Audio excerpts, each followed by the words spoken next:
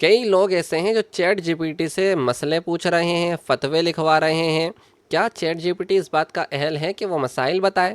فتوے دیں؟ ہم مفتی کی تعریف دیکھیں اگر، تو علماء نے واضح طور پر بیان کیا مکلفہ،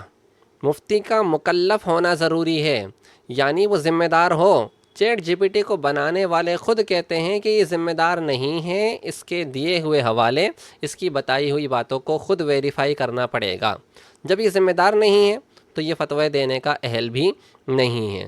دوسری شرط ہمارے علماء نے بیان فرمائی کہ مفتی کا مسلمان ہونا ضروری ہے، غیر مسلم کے بتائے ہوئے فتوے ان کا کوئی اعتبار نہیں ہے۔ اسی طرح جو آرٹیفیشل انٹیلیجنس ہے اس کے بتائے ہوئے فتووں کا بھی کوئی اعتبار نہیں ہے، اس لیے کیونکہ نور ایمان سے قرآن و حدیث کے عقدے کھلتے ہیں، بغیر نور ایمان کے قرآن و حدیث کے عقدے نہیں کھل پائیں گے۔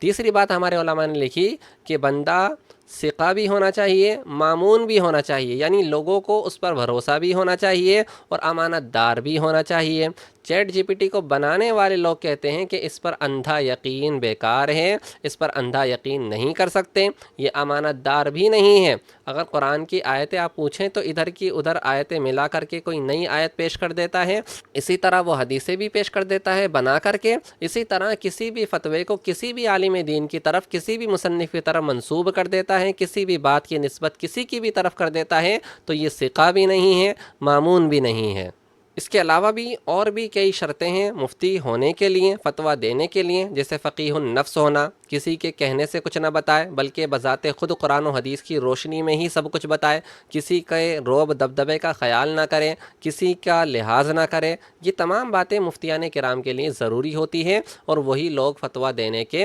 اہل ہوا کرتے ہیں۔ چیٹ جی پی ٹی ان میں سے کسی بھی بات کا اہل نہیں ہے، لہٰذا اس سے فتوے لینا، اس کے فتووں پر اعتبار کرنا، یہ تمام چیزیں گمراہی کی طرف لے جائیں گی۔ اس سے فائدہ اٹھایا جا سکتا ہے، لیکن اس سے فائدہ وہی لوگ اٹھائیں گے جو جس فیلڈ میں ماہر ہیں اسی فیلڈ کے تعلق سے اس سے فائدہ اٹھائیں۔ وکیل ہے تو لاء کے متعلق اس سے فائدہ اٹھا سکتا ہے، کوئی عالم ہے اپنے علم کے لیے اس سے فائدہ اٹھا سکتا ہے۔ لیکن یہاں بھی ہم یہ کہنا چاہیں گے کہ جو ماہرین ہیں، جو دانشور لوگ ہیں، وہ یہ کہتے ہیں کہ بندہ جب چیٹ جی پی ٹی کو استعمال کرنے لگتا ہے، اس کا یوز کرنے لگتا ہے، تو اس کی اپنی سوچنے سمجھنے کی صلاحیت ختم ہوتی چلی جاتی ہے اور وہ چیٹ جی پی ٹی کا محتاج ہو جاتا ہے۔ لہٰذا مشورہ تو ہمارا یہی ہے کہ ایسے لوگ بھی اس کا استعمال نہ کریں، اور عوام کے لیے مشورہ یہی ہے کہ وہ علماء اور مفتیان دین ہی سے مسائل شرعیہ معلوم کیا کریں۔